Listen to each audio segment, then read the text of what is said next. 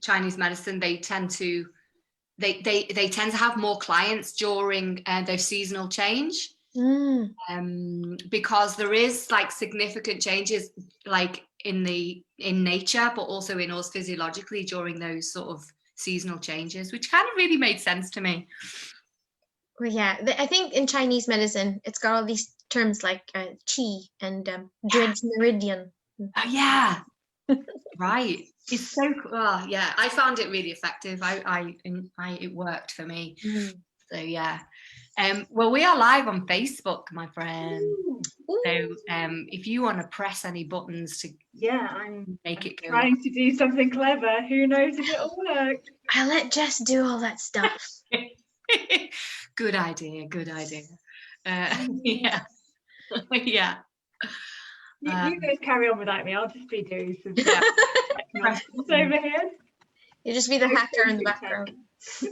Actually, Sekki, I wanted to ask you like how long you've been playing the ukulele for, and your voice is beautiful. Like there was a video that I liked on Facebook with you singing on the ukulele. I was like, oh, so nice. 10 years. I've been playing it 10 years. Wow. It's I've played it everywhere as well, different parts of the world. The key is to just love doing it without checking that you can. And it has worked to my benefit. I think that applies to improv as well. Exactly. Yeah. I busked a lot in Cyprus.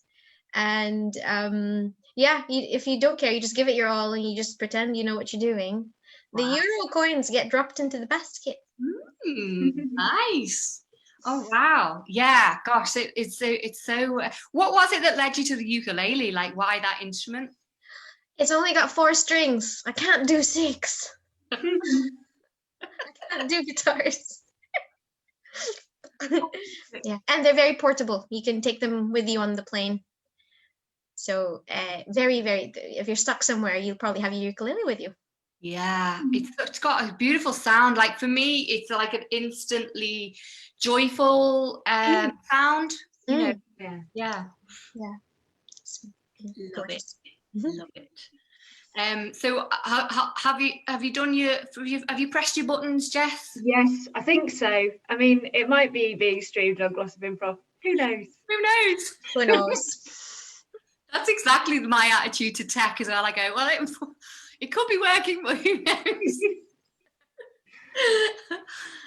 Awesome. Well, let's assume it is. And so I will say hello. I'm Emma Bird and I'm from Liverpool Comedy Improv. I'm delighted to have these 2 beautiful women with me. Please introduce yourselves to the world. So I'm Jess. Oh, and I'm Sekki. I'm not used to it being that short. You're from? Together we are the co-founders of Glossop Improv. Yay. Yes, I love the fact that often Sekki says, yeah, I'm from Glossop Improv. It's on the A57, and I love that. I just love that. Geographical specificity is really cool. So for those of you who aren't in the UK, I'm in Liverpool and they're in Glossop, so we're kind of straddling both sides of the Pennines here, more or less, which is a beautiful thing. Yeah. Awesome, great. Well, we're just gonna like take a word from Cassandra. I didn't know she was called Cassandra. She's called Cassandra now because Cassandra in Greek myth was a prophetess, so she could predict the future, see things. And I thought, well, that's pretty much what the random word generator is doing. It's predicting words. It's all of that. So it kind of made sense to me. Gotcha. So anyway, and also saying random word generator every time is just a ball ache. So I'd rather give her a name. Okay, so the first word that caught my eye here is ash. I don't know if you can see that. Ash. Ash. So what a beautiful word. And here, I'm just going to put my timer on. We'll just go for 10, see what happens. Ash, whenever you're ready. Ladies, I hate to interrupt your cozy little discussion here in the ginnel, but have you noticed how there's another one popped through the, it's growing up between the two slats again? Yeah. Oh, I'm so sorry. My fault entirely. I thought I cut it back, but obviously I hadn't cut it back enough. It's creeping through again. I'm so sorry. I have to say that I love nature, so I'm more than happy for the ash trees, the beach, the sycamores to run through the ginnels of the alleyways. I'm at one with nature, so. Oh, you. That was a little tree pun. Yeah. But Debbie, I know you're one with nature and everything and all that, and I have seen you hug the sycamores down the road. That's fine. That's absolutely fine. But see, it's not so much that it's growing back over the fence. It's little children are growing between the slats of my fence. They're growing into the. They're going out of the ground and sort of making the fence come apart. Yes, I have noticed that. I'm all for it. I'm all for it. I mean, I could cut it back, but now that it's really taken root, it would be such a shame to destroy it. What about fences? Fences are important as well, aren't they? I mean, Well, in a way, aren't trees nature's fences? exactly, Sandra, exactly what I would say. I mean, I am of the view that people and nature should just run wild, just be at one with the world. So whether there's little trees or little children crawling and growing through the fences, let rip, that's what I say. Children are just going to go where they want. You can't control them, Rebecca. this explains a lot of things about our little ginnel. Right, so you're all right with the children running amok? I am. I mean, call me a hippie if you like. I will take on the mantle. I am a hippie. So I would just say, let them run wild. I don't mind what they do. I mean, they can cause hazards. Trees or children can cause hazards. But I'm just all for the spirit of Gaia running through it all. It's all about experiential learning, I find. I find that children really react to that a lot better than formal education. So, okay, right. So if the ginnel were full of wild feral children and dangerous ash trees, you're absolutely fine with this. I am personally. Rebecca, I'm sensing you're not so keen. Well, here's the thing. Children are sticky. As are trees. It's something they share in common, as I say, at one with nature. I don't mind sticky children. I don't mind sticky trees. I think we are just born to be sticky. Aren't we all just sap at the end of the day? I'm not sap. I'm certainly not sappy. I think children should be glossed and cleaned. Clean behind the ears, clean under the fingernails, ready to grow up, put straight to school, learn their don't you think? Hell, I completely understand your perspective, Rebecca. I mean, me and you are quite different. I always homeschool. I've always homeschooled all of my children. I don't mind if they are running feral, as you say. I'm sorry if that offends your perception of order. Well, I didn't mean to call them feral. It's just that they went through this phase where they were biting everything, and they bit my little corgi. That's just how they learn. You know, you learn and you grow, you know, in the same way that trees do. They learn, they grow. Sorry, I can just see Jeremiah. Just hold on one second. He's just. Oh, tell him to not to eat my dog, please. I'll tell him. He's just busy with the bees and the honeycomb at the moment. Oh, good. Because Rebecca, can I try and get to the root of this problem? Go on then. Now, I have noticed that your children are always very well turned out, very buttoned up. Do you know my secret? No. I laminate them. Okay, Jeremiah, darling, you'll do. He's just he's enjoying the bees, the honey. He's got honey. He's got honey all over him. He's so sticky. It's amazing. I'm afraid he did get a bit of honey on your little your little girl Kylie. I'm afraid she's got sticky on her dress now. Oh, that's fine. That can just go. I was just explaining.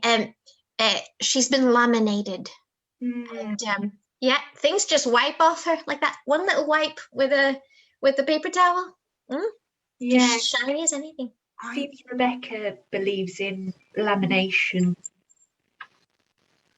It's entirely up to you, of course. Honestly, how we raise our children is entirely subjective. It's fine. I personally wouldn't plasticate my children.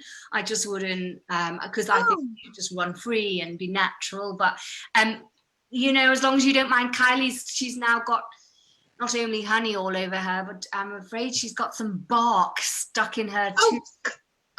Okay. I'll be right back. Oh, bark. I suspected she was a laminator. I did. I have to say, I'm slightly worried about our little community here. This was set up as an au naturel community, and exactly. And now she's wanting fences. The next, she will be trying to laminate our children. Oh no! I'm sorry, but I'm not going to stand for it.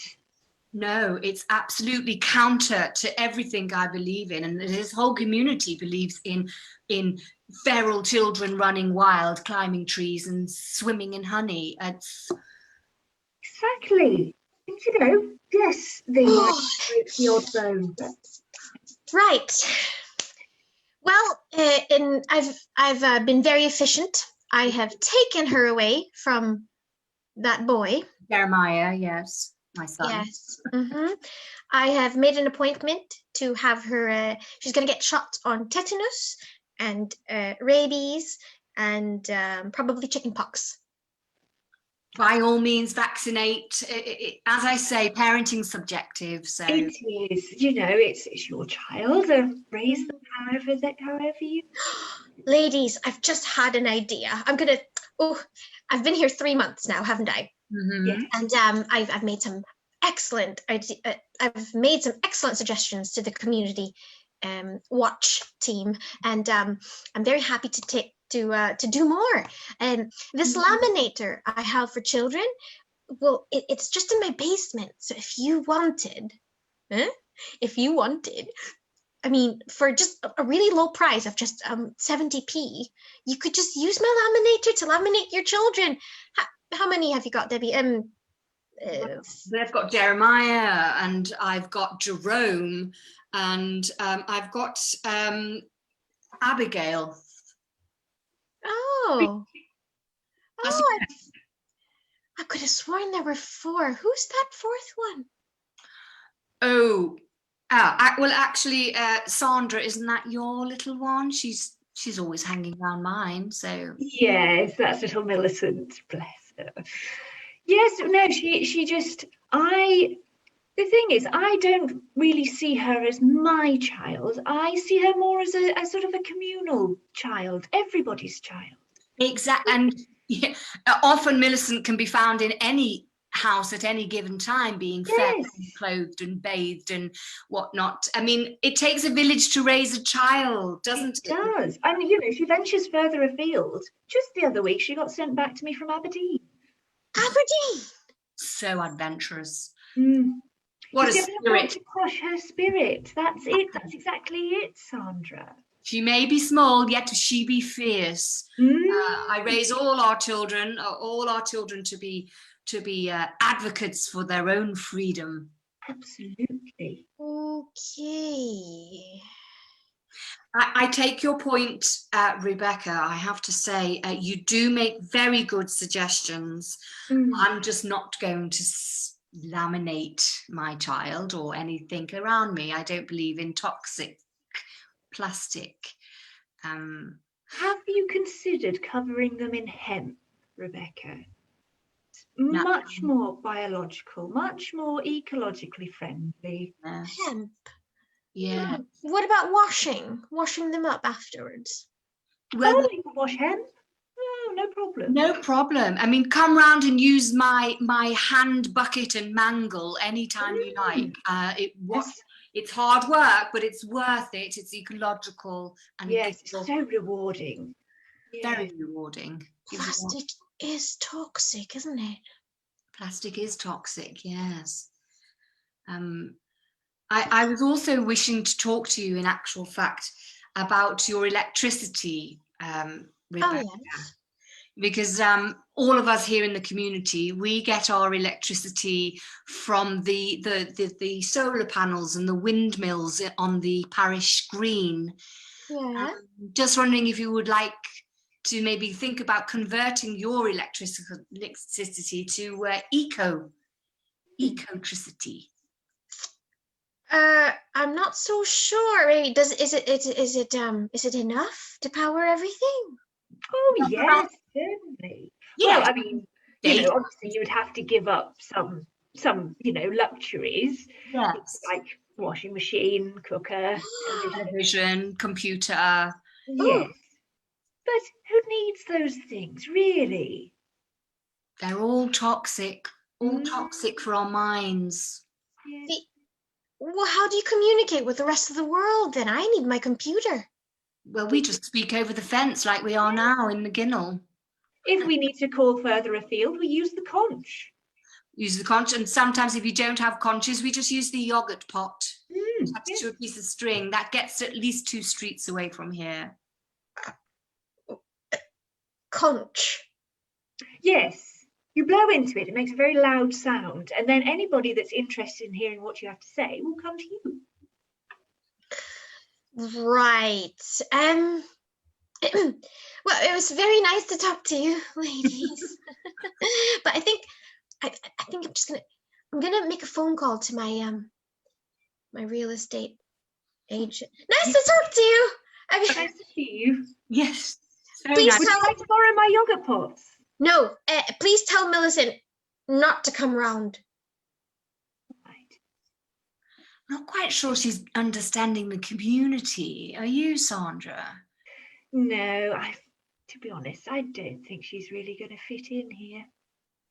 No, I do feel a little bad though. I do feel a little guilty. I mean, to be quite honest, I perceive myself to be an open-hearted and welcoming of new people and also, but I'm actually feeling a little guilty about, I mean, maybe we could make some accommodations. Well, I suppose so. Perhaps we'll buy one of those plasticky anoraks for her child. At least then they would be able to take it off, should they come to the realization of how toxic it is. Yes. This is a sort of a peace offering. Peace offering. Hi. Any luck with the phone call? Yes, actually. I'm just here to announce to you, I'm moving out. Oh, what a shame. I am a little sad about that though, Rebecca. I know that we're not seeing eye to eye on so many of our guiding principles, but you are a jolly good cake maker, and Yes. you do sing beautifully and offer entertainment around our communal fire every evening. I wouldn't Yes, miss you've that. certainly given us plenty to talk about. Yeah. It's just that I'm not prepared to give up certain creature comforts for the sake of For the sake of community. community. Not ready for it. Not ready for it. Is Well, there anything perhaps that we could do to persuade you to stay, perhaps? I mean, Would you ever consider wrapping your children up in that hemp? well, I would.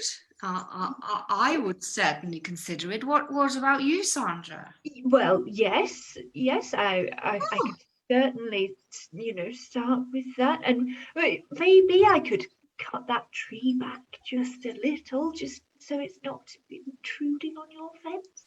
well, the big tree, you can leave that the way it is. It's just that little seedling that's trying to demolish my fence. Yes, I can get rid of that. No problem at all. Seedlings are fine. I mean, Oh, I have to say the roots are a little close to the house, so it probably would be better if that seedling was chopped. yeah. Right, so because you are my two closest neighbors, and that's really all I ask. And if you like, I can use the hemp on my own children as well to make it less toxic. And do you really like my music and the fire? Oh, yes, we love it. Adore it. I mean, really, I know we don't see eye to eye on many things, but that we can all agree on. Your voice is like from the heavens. Well, I hope I'm not overstepping any bounds here, Deborah. But Rebecca, would you like to be the guest artist at our moon circle on Friday? Oh, I have a few songs with the word moon in them. Wonderful. That would You be won't need to bring any hemp because we do it completely nude. yes, completely nude, and we basically dance to the moon and celebrate its organic consciousness. And then we hug a few trees at the end, and we celebrate by slathering each other in honey. Oh, I'm just gonna go prepare tea for the children. I'm Right. nice talking to you. Nice. Yes. Bye. Let us know. And scene. Oh my gosh, that was so fun. In the nude. Well, I was like, there's only one way this hippie kind of commune thing ends. I'm so glad that you said that, because throughout the whole thing, I was like, I need to escalate this ridiculous hippie kind of, and my brain had just gone blank, so I couldn't find what's the one thing, that this type of The deal breaker. yeah. Yeah. Of course, it's dancing naked to the moon. Of course it is. Yeah. Because she was coming dangerously round to your side. Well, exactly. I was like, no, this can't end with Rebecca getting on side with these.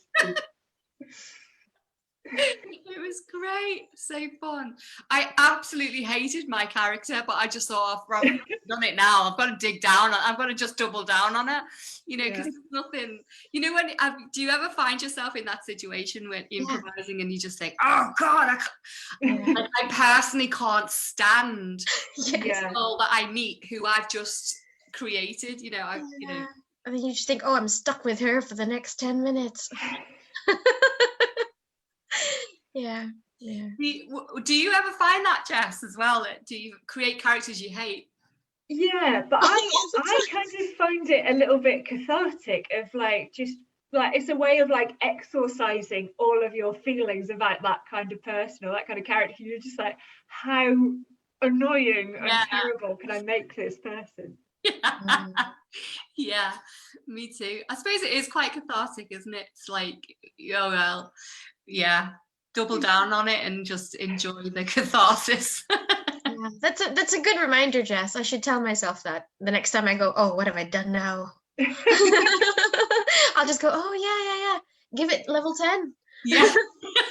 Keep ramping it up. Yeah. Yeah. Next time. That was so fun. Yeah. And did I hear you right, Sekki, at the beginning when you said there's children growing through the fence, growing in the fence? Is that right?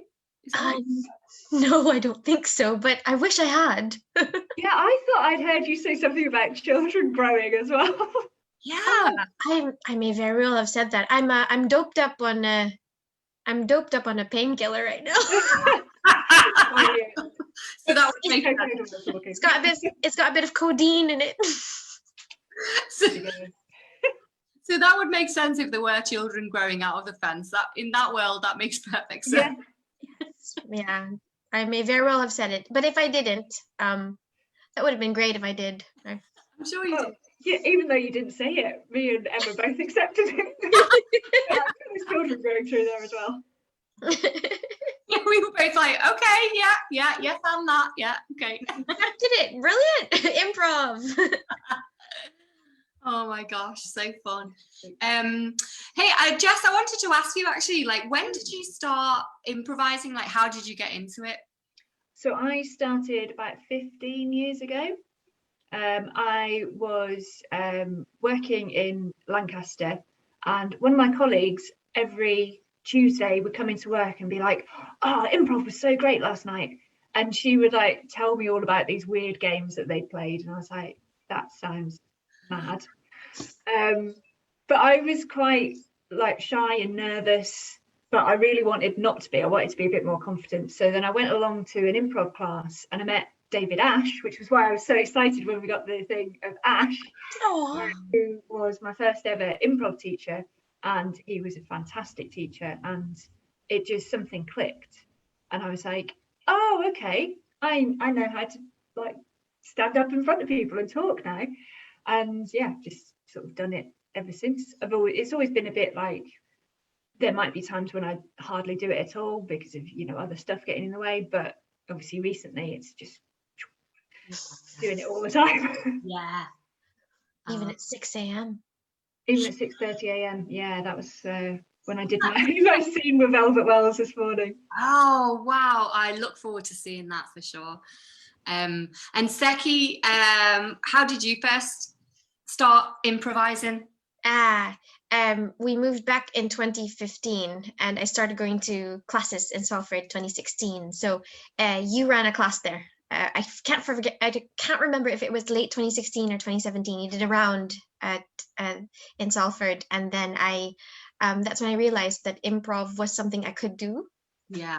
And I really love what it offers. Just the positive stuff is the best part, and the teamwork is amazing. Yeah. Yeah. Yeah. So, oh my gosh. Wow. I've got nothing but good stuff from improv this year as well. Yeah.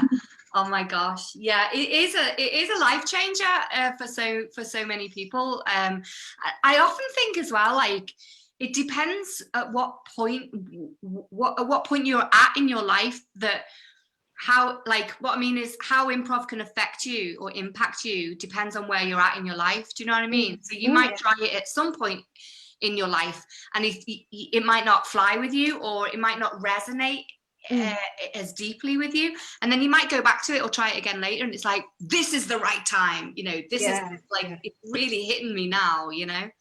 And it's about finding the right kind of improv for you as well, because there's so much out there now that it can be a bit difficult to find like what your style is or what kind of vibes with how you want to play. But now, because everything is online, it's so much easier to try out different things because you're not hampered by your geographical location anymore. You're just like, oh yeah, I'll just take a class with Fido Theatre, and now I'll go to the nursery and I'll do this. And yeah, there's so many options out there now, so many different types and styles. The 10 minutes I've been watching, which is worldwide, you could come from Asia, you could come from North Europe or North America or here, and there seems to be like a common thread there's an agreement between the two people that I Yeah. find has been universal in improv. Yeah. I love it because I look at all these people, they look so different from each other, and then they start talking and there's this agreement, there's just this offering and accepting, and I just think, oh wow, it's actually gone past the cultural stuff at the top and it's just reached below, and then they just know exactly how to play with each other. Yeah. I find that really mind-blowing, and particularly like you say, since we've been on Zoom, so the global improv is available to anyone at any time, and that's what's blown my mind, is like whenever I've collaborated with teams or done 10 minutes and from like anywhere across the world, it's like if you say, like, one, the principles are there, so like the yes and the this listening and connecting is there, but even really specific things like little, you know, like short form games, you know, the first sort of little jam that I did, the Boss Birds and the Adam and Eves, and they're obviously based in Bangalore, and it was like we were just like, hey, should we play New Choice? And everyone went, yeah. And it's like at that point I went, everybody knows the game, like no matter where you are in the world or anything, it's like it's a common language, you know. Yeah, it's so fun. It's gorgeous. Awesome. Well, thank you. Oh, so a shout out to Glossop Improv, obviously. What have you got coming up for you guys? so we have got a class at 7 tonight. So we're going to go have some tea and then we're going to come back and we're going to do that. If people want to come to our weekly drop-in class, it's free. You just have to send us a message on Glossop Improv on the Facebook and we can send you the link. We've got some other 10 minutes with coming up fairly soon as well. So yeah, just keep an eye on the Glossop Improv Facebook page. Yes. Good. I'm excited. So are your drop-ins on a Friday every week? Yeah, so they're Friday at 7 p.m.